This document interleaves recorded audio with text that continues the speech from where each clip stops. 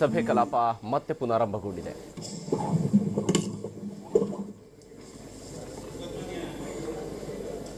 ಪ್ರಶ್ನೋತ್ತರ ಇದೆಯಲ್ಲ, ಅವರೆದ್ರೆ ಪರವಾಗಿಲ್ಲ, ನೀವು ಎದುರು ನಾ ಏನು ಮಾಡೋದು? ಇಲ್ಲ ನಮ್ಮ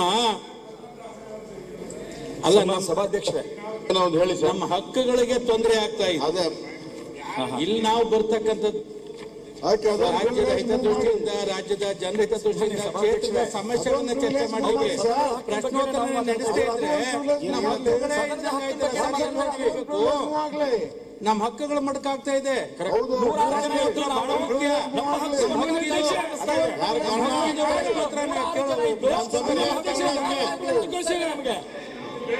ಯಾರ ಕಾರಣ? ನಮ್ಮ ಹಕ್ಕಿಗೆ ಧಕ್ಕೆ ತರೋದು ಬೇಡ. ನಮ್ಮ ಹಕ್ಕುಗಳಿಗೆ ಧಕ್ಕೆ ಆಗ್ತಿದೆ ಸರ್. ಅಲ್ಲ, ಪ್ರಶ್ನೋತ್ತರ ಹಕ್ಕಿದು ರಾಜ್ಯದ ಹಿತದೃಷ್ಟಿಯಿಂದ, ರಾಜ್ಯದ ಜನಹಿತ ದೃಷ್ಟಿಯಿಂದ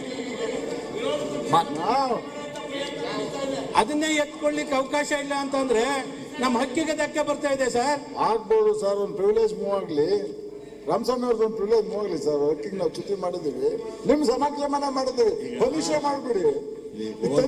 ನಮ್ಮ ಹಕ್ಕನ್ನು ರಕ್ಷಣೆ ಸಮಸ್ಯೆ ಪರಿಹಾರ ಆಗಬೇಕಾಗಿದ್ರೆ ನೀವು ರಾಮಸ್ವಾಮಿ ಅವ್ರ ಮೇಲೆ ಒಂದು ಪ್ರಿವಿಲೇಜ್ ನೋಟಿಸ್ ಕೊಡಿ, ಅವ್ರು ನಿಮ್ಮ ಮೇಲೆ ಒಂದು ಕೊಡ್ತಾರೆ, ಅಲ್ಲಿ ಸಮಸ್ಯೆ.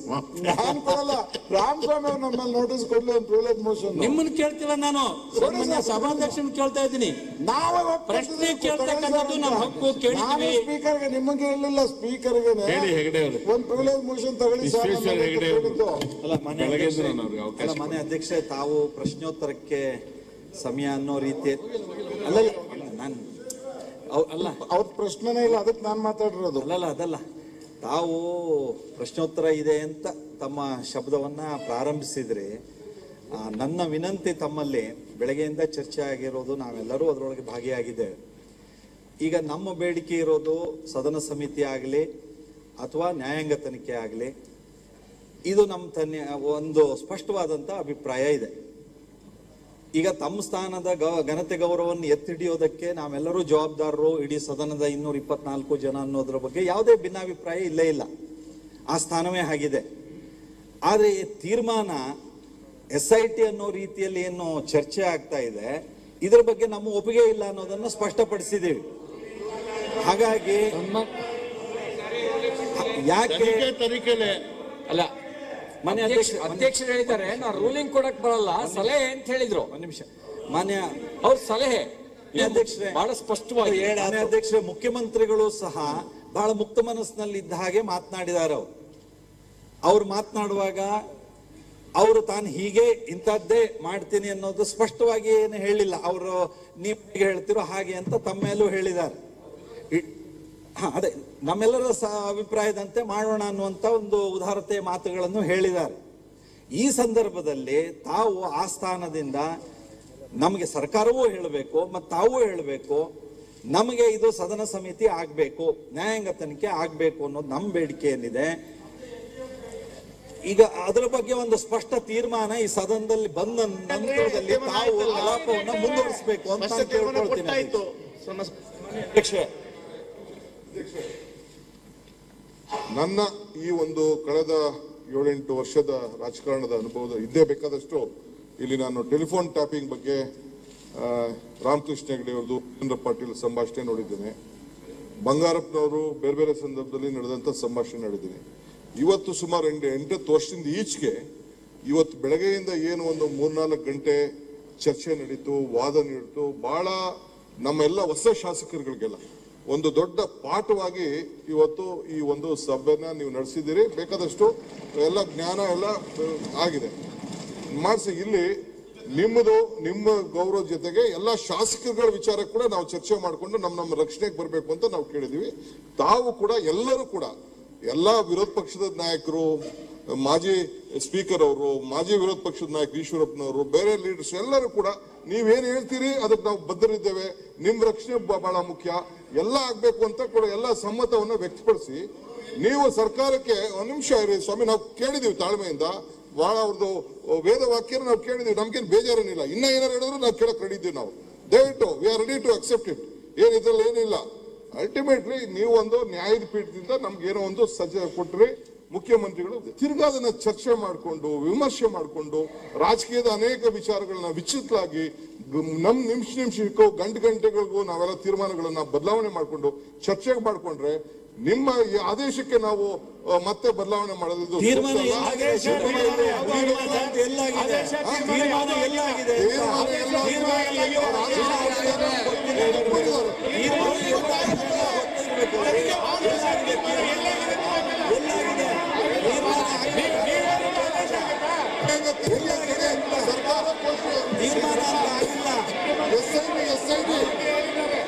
SIT ಅಂತೇಳಿ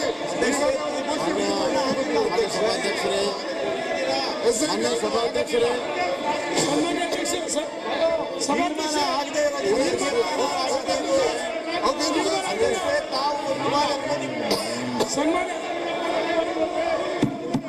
SIT ತನಿಖೆ ಆಗಲೇಬೇಕು.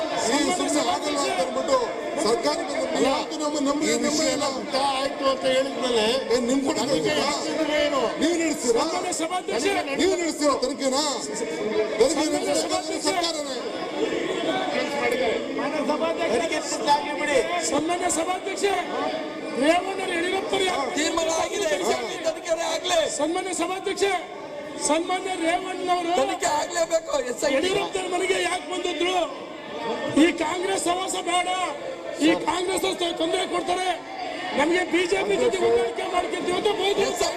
ಅದು ತನಿಖೆ ಆಗಲಿ. ಸನ್ಮಾನ್ಯ ರೇವಣ್ಣರು ಯಾಕೆ ಬಂದು ಅದು ತನಿಖೆ ಆಗಲಿ. ಮಾನ್ಯ ಸಭಾಧ್ಯಕ್ಷರೇ ಅದು ತನಿಖೆ ಆಗಲಿ. ಅದು ತನಿಖೆ ಆಗಲಿ. ಮಾನ್ಯ ಸಭಾಧ್ಯಕ್ಷರೇ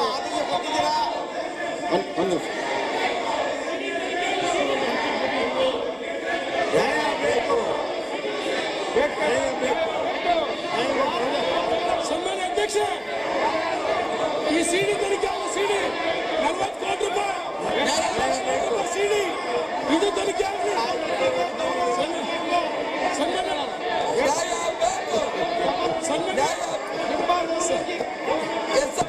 ಮಾನ್ಯ ಸಭಾಧ್ಯಕ್ಷರೇ ಮಾನ್ಯ ಅಧ್ಯಕ್ಷರೇ, ಎಲ್ಲ ಶಾಸಕರ ಮಾನವರಿಗೆ ಪ್ರಶ್ನೆ ಇದೆ. ಇದು ಚರ್ಚೆ ಆಗಲಿ. ಈ ಸಿಡಿ ಚರ್ಚೆ ಆಗಲಿ. ಸನ್ಮಾನ್ಯ ಅಧ್ಯಕ್ಷ, ಈ ಸಿಡಿ ಇದು ಚರ್ಚೆ ಆಗಲಿ. ಇದು ಚರ್ಚೆ ಆಗಲಿ. 40 ಕೋಟಿ ರೂಪಾಯಿ ಡಿಮಾಂಡ್ ಮಾಡಿದ್ದು ಇದು ಚರ್ಚೆ ಆಗಲಿ. ಇನ್ನು ಬೇಕು ಚರ್ಚೆ ಆಗಲಿ. ಇದೇ ಕೆಳಗಿದೆ. ಆಯ್ತು, ಕೊಡ್ತೀವಿ. ಮಾನ್ಯ ಸಭಾಧ್ಯಕ್ಷರೇ ನಮಗೆ ಗೊತ್ತಿದೆ. DK ಶಿವಕುಮಾರ್ ಕೊಡ್ತೀವಿ ಶಿವಕುಮಾರ್ ಅಧ್ಯಕ್ಷ ಕೊಡ್ತೀವಿ. ಸಭಾಧ್ಯಕ್ಷರೇ ಕೊಡ್ತೀವಿ. DK ಶಿವಕುಮಾರ್ ಅವರು ಕೊಡ್ತೀವಿ. ಬಹಳ ಒಂದು ಒಳ್ಳೆ ವಿಚಾರವನ್ನ DK ಶಿವಕುಮಾರ್ ಅವರು ಒಂದು ನಿಮಿಷ DK ಮಾನ್ಯ ಸಭಾಧ್ಯಕ್ಷರೇ ಮಾನ್ಯ ಸಭಾಧ್ಯಕ್ಷರೇ ಯಾರು ಮಾತು ಮಾನ್ಯ ಸಭಾಧ್ಯಕ್ಷರೇ DK ಶಿವಕುಮಾರ್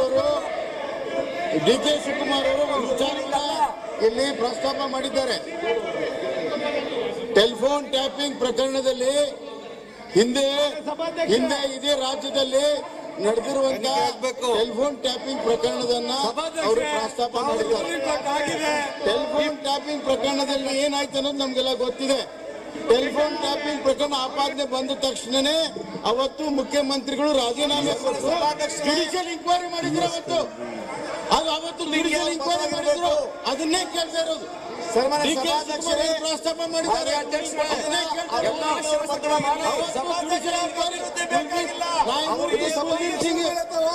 ಮಾನ್ಯ ಸಭಾಧ್ಯಕ್ಷರೇ, ಟೆಲಿಫೋನ್ ಟ್ಯಾಪಿಂಗ್ ಅವತ್ತು ಜುಡಿಷಿಯಲ್ ಇನ್ಕ್ವೈರಿ ಆಗಿದೆ. ಅದನ್ನೇ ನಾವು ಕೇಳ್ತಾ ಇರೋದು. DK ಶಿವಕುಮಾರ್ ಏನು ಪ್ರಸ್ತಾಪ ಮಾಡಿದ್ದಾರೆ ಟೆಲಿಫೋನ್ ಟ್ಯಾಪಿಂಗ್ ಬಗ್ಗೆ, ಅವತ್ತು ಜುಡಿಷಿಯಲ್ ಇನ್ಕ್ವೈರಿ ಆಗಿದೆ. ಜುಡಿಷಿಯಲ್ ಇನ್ಕ್ವೈರಿ ಆಗಿದೆ. ನ್ಯಾಯಮೂರ್ತಿ Kuldeep Singh Ramakrishna Hegde judicial inquiry telephone tapping ಆಗಿದೆ, ಟೆಲಿಫೋನ್ ಕದ್ದಾಲಿಕೆ ಆಗಿದೆ, ರೆಕಾರ್ಡಿಂಗ್ ಆಗಿದೆ. ಆದ್ರಿಂದ ಮಾಡಿದವರು ಜುಡಿಷಿಯಲ್ ಇನ್ಕ್ವೈರಿ ಆದ್ರೆ ಆಗುತ್ತೆ. ಸ್ವರೂಪ ಅದನ್ನೇ ನಾನು ಹೇಳ್ತಿರೋದು. ಭಾಷೆ ಯಾವ ರೀತಿ ನಡೀತಾ ಇತ್ತು, ಇಲ್ಲಿ ಯಾವ ರೀತಿ ಡಿಬೇಟ್ ಇರಲಿ. ಧನ್ಯವಾದಗಳು ಶಿವಕುಮಾರ್, ಧನ್ಯವಾದ ಹೇಳ್ತೇನೆ ನಾನು. ಆ ಟೆಲಿಫೋನ್ ಟ್ಯಾಪಿಂಗ್ ಪ್ರಕರಣವನ್ನ ನೆನಪಾಡಿ ಸದನಕ್ಕೆ ಕೊಟ್ಟಿದ್ದಕ್ಕೆ ಧನ್ಯವಾದ ಹೇಳ್ತೇನೆ. ಅವತ್ತಿನ ಟೆಲಿಫೋನ್ ಟ್ಯಾಪಿಂಗ್ ಪ್ರಕರಣದಲ್ಲಿ ಜುಡಿಷಿಯಲ್ ಇನ್ಕ್ವೈರಿ ಆಗಿದೆ. ಜುಡಿಷಿಯಲ್ ಇನ್ಕ್ವೈರಿ ರಾಮಕೃಷ್ಣ ಹೆಗಡೆ ಅವರು ಬಂದ ತಕ್ಷಣನೇ ರಾಜೀನಾಮೆ ಕೊಟ್ಟರು, ಜುಡಿಷಿಯಲ್ ಇನ್ಕ್ವೈರಿ ಮಾಡಿದ್ರು. ನಾಯಕ್ ಕುಲ್ದೀಪ್ ಸಿಂಗ್ ಆಯೋಗದ ನೇತೃತ್ವದಲ್ಲಿ ಅವತ್ತು ಜುಡಿಷಿಯಲ್ ಇನ್ಕ್ವೈರಿ ಆಗಿದೆ. ಅದಕ್ಕೆ ಈಗಲೂ ಕೂಡ ಜುಡಿಷಿಯಲ್ ಇನ್ಕ್ವೈರಿ ಮಾಡಿ ಅಂತ ನಾವು ಕೇಳ್ತಾ ಇರೋದು. ನೋಡಿ, ಈಗ ಶಿವಕುಮಾರ್ ಪ್ರಸ್ತಾಪ ಮಾಡಿದ್ರು, ಅದನ್ನ ನಾನು ಹೇಳ್ತಾ ಇರೋದು. ದಯವಿಟ್ಟು ಮಾಡಿ ಈ ವಿಚಾರ ಸರ್ಕಾರದ ಮೇಲೆ ಒತ್ತಡ ಮಾಡ್ಲಿಕ್ಕೆ ಆಗೋದಿಲ್ಲ. ಅವತ್ತು ನಾವು ಮಾಡಿದ್ದೇವೆ. ನೀವು ಹೈ ಸ್ಟ್ಯಾಂಡರ್ಡ್ ಇದು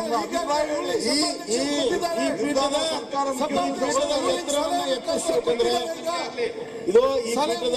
ಸ್ಥಾನವನ್ನು ಎಚ್ಚರಿಸಬೇಕಾದ್ರೆ, ಹಿಡಿಬೇಕಾದ್ರೆ ಜುಡಿಷಿಯಲ್ ಇನ್ಕ್ವೈರಿ ಮಾಡಿ ರಾಮಕೃಷ್ಣ ಹೆಗಡೆ ಅವರು ಯಾವ ದಾರಿಯನ್ನು ತೋರಿಸ್ಕೊಟ್ಟಿದ್ದಾರೆ ಅದನ್ನ ನೀವು ಮಾಡಿ. ಅವಾಗ ಇಡೀ ದೇಶ ಮೆಚ್ಚಿತು, ಇಡೀ ದೇಶ ಮೆಚ್ಚಿತ್ತು. ಅವತ್ತು ತಮ್ಮ ರೂಲಿಂಗಿಗೆ ಅವರು ಕೂಡ ಇಡೀ ದೇಶ ಮೆಚ್ಚಿತ್ತು. ಆ ಪ್ರಕರಣದಲ್ಲಿ ರಾಜೀನಾಮೆ ಕೊಟ್ಟ ಮೇಲೆ ಜುಡಿಷಿಯಲ್ ಇನ್ಕ್ವೈರಿ ಕುಲ್ದೀಪ್ ಸಿಂಗ್ ಆಯೋಗ ಮಾಡಿದ ಮೇಲೆ ಇಡೀ ದೇಶ ಮೆಚ್ಚಿತ್ತು. ಇಡೀ ದೇಶ ಮೆಚ್ಚುವ ರೀತಿಯಲ್ಲಿ ಮಾದರಿ ನಮ್ಮ ಕರ್ನಾಟಕದಲ್ಲೇ ಇದೆ. ಅದನ್ನೇ ಮಾಡಿ go by the president Ramakrishna Hegde president ಹಾಕಿದ್ದಾರೆ, ಅದನ್ನ ಮಾಡಿ ಅಂತ ನಾನು ಕೇಳ್ತಾರ. ಬೇರೆ ಏನು ಕೇಳ್ತೇವೆ. ಅವತ್ತು ಟೆಲಿಫೋನ್ ಟ್ಯಾಪಿಂಗ್ ಪ್ರಕರಣ ಇದೇ ತರ ನಡೆದಿತ್ತು. ಸನ್ಮಾನ್ಯ ದೇವೇಗೌಡರು ಮತ್ತು ಅಜಿತ್ ಸಿಂಗ್ ನಡುವೆ ಏನು ಕದ್ದಾಳಿಕೆ ಆಗಿತ್ತು, ಅವತ್ತು ಇಂಡಿಯನ್ ಎಕ್ಸ್ಪ್ರೆಸ್ ಅಲ್ಲಿ ಬಂತು, ಇದೇ ತರ ಪ್ರೆಸ್ಸಿಗೆ ಬಂತು. ಅವತ್ತು ಏನ್ ಕದ್ದಾಳಿಕೆ ಆಗಿತ್ತು ಪ್ರೆಸ್ ಇಂಡಿಯನ್ ಎಕ್ಸ್ಪ್ರೆಸ್ ಅಲ್ಲಿ ಬಂತು. ಇಂಡಿಯನ್ ಎಕ್ಸ್ಪ್ರೆಸ್ ಅಲ್ಲಿ ಬಂದ ತಕ್ಷಣನೇ ಅವತ್ತು ಏನು ಅದು ಸರ್ಕಾರ ಬೀಳಿಸುವಂತ ವಿಚಾರವೇ. ಒಂದೇ ನಿಮಿಷ, ಅವತ್ತೂ ಕೂಡ ಆ ಸಂಭಾಷಣೆ ಸರ್ಕಾರವನ್ನು ಬೀಳಿಸುವಂತ ವಿಚಾರವೇ. ಅದೇ ವಿಚಾರ ಇತ್ತು, ಇದೇ ಸಬ್ಜೆಕ್ಟ್ ಇತ್ತು. ಸರ್ಕಾರ ವಿಚಾರ ಅವತ್ತು ಬಂದ ತಕ್ಷಣನೇ ಕದ್ದಾಳಿಕೆ ರಾಜೀನಾಮೆ ಕೊಟ್ಟು ಜುಡಿಷಿಯಲ್ ಇನ್ಕ್ವೈರಿ ಡಿಮಾಂಡ್ ಮಾಡಿ ಜುಡಿಷಿಯಲ್ ಇನ್ಕ್ವೈರಿ. ಇದೇ ಸರ್ಕಾರ ಕೆಡುವಂತ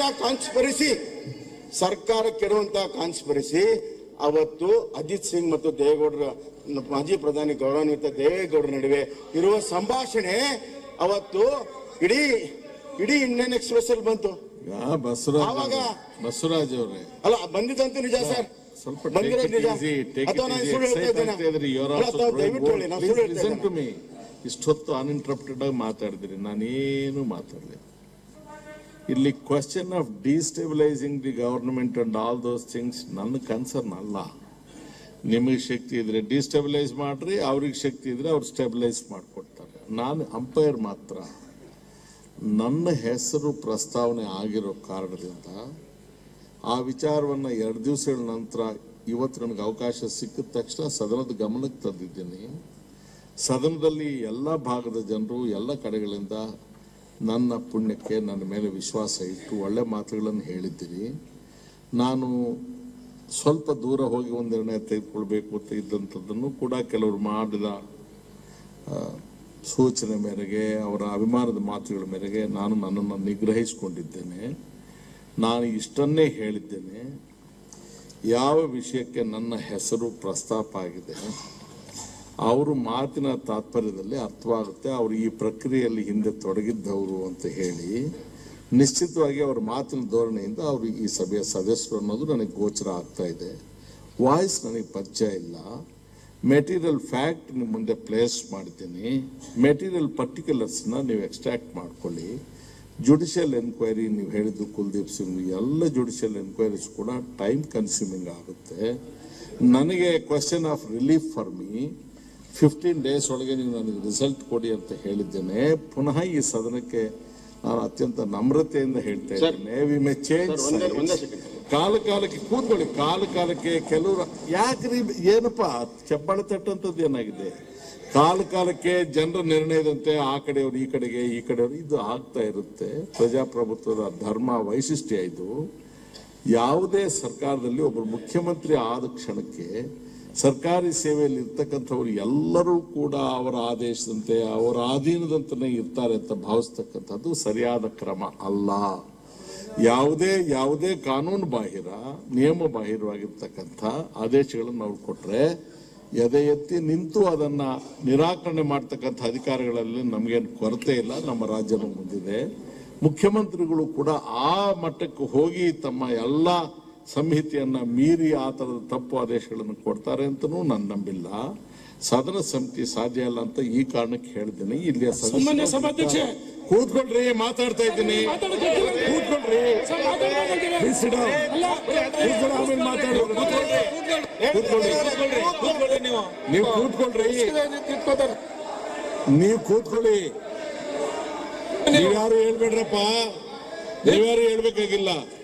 ಆಯ್ತ್ರಿ ರೇಣುಕಾಚಾರ್ಯ, ನಿಮ್ ಕೂತ್ಕೊಳ್ಳಿ, ನಾ ಮಾತಾಡ್ತಾ ಇದ್ದೀನಿ.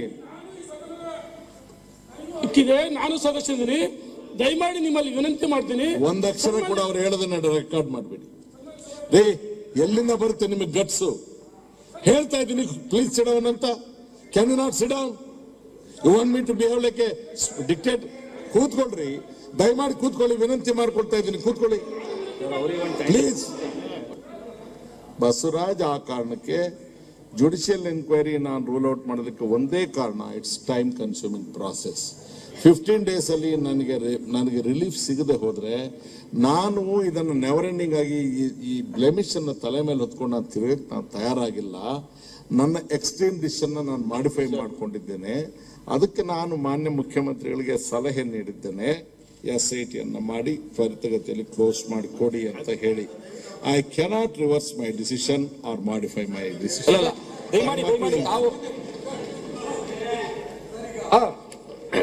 ಬೆಳಿಗ್ಗೆಯಿಂದ ಸಭಾಪತಿ ಪೀಠಕ್ಕೆ ಸಾಕಷ್ಟು ಗೌರವವನ್ನು ಎಲ್ಲರೂ ಕೊಟ್ಟಿದ್ದೇವೆ. ಆ ಪಕ್ಷವರು ಕೊಟ್ಟಿದ್ದೇವೆ, ಈ ಪಕ್ಷವರು ಕೊಟ್ಟಿದ್ದೇವೆ.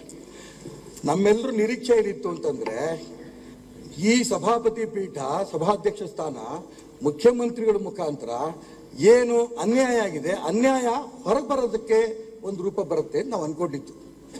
ನಮ್ ಯಾರಿಗೂ ನಂಬಿಕೆ ಇಲ್ಲ SIT ಬಗ್ಗೆ. ನ್ಯಾಯಾಂಗ ತನಿಖೆ ತಾವು ಆದೇಶ ಮಾಡ್ತೀರಿ ಅಥವಾ ಸದನ ಸಮಿತಿ ಮಾಡ್ತೀರಿ ಅಂತ ನಾವು ಸಭಾಪತಿ ಪೀಠಕ್ಕೆ, ಸಭಾಧ್ಯಕ್ಷ ಪೀಠಕ್ಕೆ ಗೌರವ ಕೊಟ್ಟು ಅನ್ಕೊಂಡಿದ್ದು. ಕಳ್ಳನ ಕೈ ಬೀಗ ಕೊಟ್ಟಂಗೆ ಅಂದ್ರೆ ಏನ್ ಲಾಭ? ಏನ್ ಲಾಭ ಆಗತ್ತೆ ಹೇಳಿ?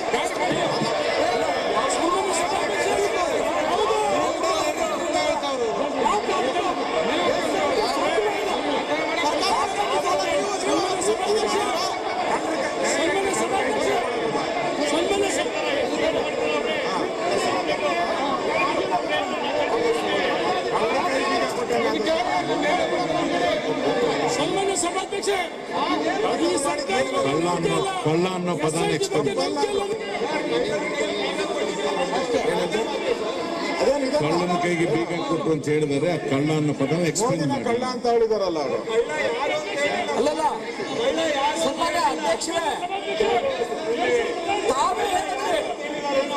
ನನ್ನ ಹೆಸರು ಇರೋದ್ರಿಂದ ಯಾವ ತನಿಖೆ ಆಗ್ಬೇಕು ಅಂತ ನಾನು ಹೇಳಲಿಕ್ಕೆ ಬರಲ್ಲ ಅಂತ ಹೇಳಿದ್ರಿ.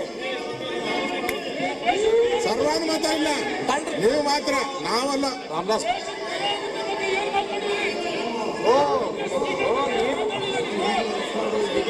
ದಿನಾಂಕ 11/2/2019 ಒಂದನೇ ಪಟ್ಟಿಯಿಂದ ಸದನದಲ್ಲಿ ಉತ್ತರಿಸುವ 15 ಪ್ರಶ್ನೆಗಳ ಪೈಕಿ 13 ಪ್ರಶ್ನೆಗಳ ಉತ್ತರಗಳನ್ನು ಹಾಗೂ ಲಿಖಿತ ಮೂಲಕ ಉತ್ತರಿಸುವ 230 ಪ್ರಶ್ನೆಗಳ ಪೈಕಿ 3 ಪ್ರಶ್ನೆಗಳ ಉತ್ತರವನ್ನು ಸದನದಲ್ಲಿ ಮಂಡಿಸುತ್ತಿದ್ದೇನೆ. ಸಭೆಯನ್ನು ಮುಂದೂಡಲಾಗಿ ಪುನಃ ನಾಳೆ ಬೆಳಗ್ಗೆ 11 ಗಂಟೆಗೆ ನಾವು ಸಮಾವೇಶಗೊಂಡಿದ್ದೇವೆ. ಎಸ್, ಅಲ್ಲಿಗೆ ನಾಳೆಗೆ ಸದನವನ್ನ ಸ್ಪೀಕರ್ ರಮೇಶ್ ಕುಮಾರ್ ಅವರು ಮುಂದೂಡಿದ್ದಾರೆ. ಸದನದಲ್ಲಿ ಮತ್ತೆ ಪ್ರತಿಪಕ್ಷ ಬಿಜೆಪಿಯಿಂದ ಒಂದೇ ಒತ್ತಾಯ ಬಂದಿರುವಂಥದ್ದು, ಇದನ್ನ SIT ತನಿಖೆಗೆ ಒಪ್ಪಿಸಬಾರದು, ಬದಲಿಗೆ ಇದನ್ನ ನ್ಯಾಯಾಂಗ ತನಿಖೆಗೆ ಒಪ್ಪಿಸಿ ಅಥವಾ ಸದನ ಸಮಿತಿಗೆ ಒಪ್ಪಿಸಿ ಅನ್ನುವಂತಹ ಡಿಮ್ಯಾಂಡ್ ಅನ್ನ ಪ್ರತಿಪಕ್ಷದವರು ಮಾಡಿದ್ರು. ಕೊನೆಯಲ್ಲಿ ಈಶ್ವರಪ್ಪ ಅವರು ಎತ್ತಿರ್ತಕ್ಕಂಥ ಒಂದು ಪ್ರಶ್ನೆ ಬಹಳ ಮುಖ್ಯವಾಗಿತ್ತು. ಸಭಾಧ್ಯಕ್ಷರ ಪೀಠದಿಂದ ಕುಳಿತು ನೀವು ಮುಖ್ಯಮಂತ್ರಿಯವರು ಮಾಡಿರುವ ಅನ್ಯಾಯವನ್ನ ಸರಿಪಡಿಸ್ತೀರಿ ಅಂತ ನಾವು ಅಂದುಕೊಂಡಿದ್ವಿ. ನೀವು ಈ ಕಾರಣಕ್ಕೆ ಇದನ್ನು ನ್ಯಾಯಾಂಗ ತನಿಖೆಗೋ ಅಥವಾ ಸದನ ಸಮಿತಿ ತನಿಖೆಗೋ ಒಪ್ಪಿಸ್ತೀರಿ ಅಂತ ಅಂದ್ಕೊಂಡಿದ್ವಿ. ಆದರೆ ನೀವು ಮತ್ತೆ ಸರ್ಕಾರದ ಮೂಲಕವಾಗಿರುವಂತಹ ಈ ವಿಶೇಷ ತನಿಖೆಗೆ ಒಪ್ಪಿಸಿರುವಂತಹ ನಾವು ಒಪ್ಪೋದಕ್ಕೆ ಸಾಧ್ಯ ಇಲ್ಲ ಅನ್ನುವಂತಹ ಮಾತನ್ನ ವ್ಯಕ್ತಪಡಿಸಿದರು. ಈ ಮೂಲಕವಾಗಿ ಸಭಾಧ್ಯಕ್ಷರ ಈ ಒಂದು ರೂಲಿಂಗ್ ಏನಿತ್ತು ಅದಕ್ಕೆ ಸಂಬಂಧಪಟ್ಟಂತೆ ನೀವು ಇಲ್ಲಿ ಪಕ್ಷಾತೀತವಾಗಿ ನೀವು ಯಾವುದೋ ತೀರ್ಮಾನವನ್ನು ಕೈಗೊಂಡಿಲ್ಲ ಅನ್ನುವಂತಹ ಅಭಿಪ್ರಾಯವನ್ನ ವ್ಯಕ್ತಪಡಿಸುವಂತಹ ಮಾತುಗಳನ್ನ ಇವತ್ತು ಈಶ್ವರಪ್ಪ ಅವರು ಸದನದ ಒಳಗಡೆ ಹೇಳಿರ್ತಕ್ಕಂಥದ್ದು. ಈ ಮೂಲಕ ಆದರೆ ಇವತ್ತು ಸದನದ ಕಲಾಪವನ್ನು ನಾಳೆ ಬೆಳಗ್ಗೆಗೆ ಮುಂದೂಡಿದ್ದಾರೆ ಸ್ಪೀಕರ್ ರಮೇಶ್ ಕುಮಾರ್ ಅವರು. ಒಟ್ಟಲ್ಲಿ ಕರ್ನಾಟಕದ ಸಮಸ್ಯೆಗಳಿಗಿಂತ ಹೆಚ್ಚಾಗಿ ಕರ್ನಾಟಕದ ರಾಜಕೀಯ ಸಮಸ್ಯೆಗಳಿಗೆ ಉತ್ತರ ಮೊದಲಿಗೆ ಸಿಗಬೇಕಾದಂಥದ್ದಿದೆ. ಆ ರಾಜಕೀಯ ಸಮಸ್ಯೆಗಳಿಗೆ ಉತ್ತರವನ್ನು ಹುಡುಕುವ ಪ್ರಯತ್ನಕ್ಕಷ್ಟೇ ಇವತ್ತು ಕೂಡ ಕಲಾಪ ಸೀಮಿತ ಆಗಿರ್ತಕ್ಕಂಥದ್ದು ಕಂಡು ಬರ್ತಾ ಇದೆ.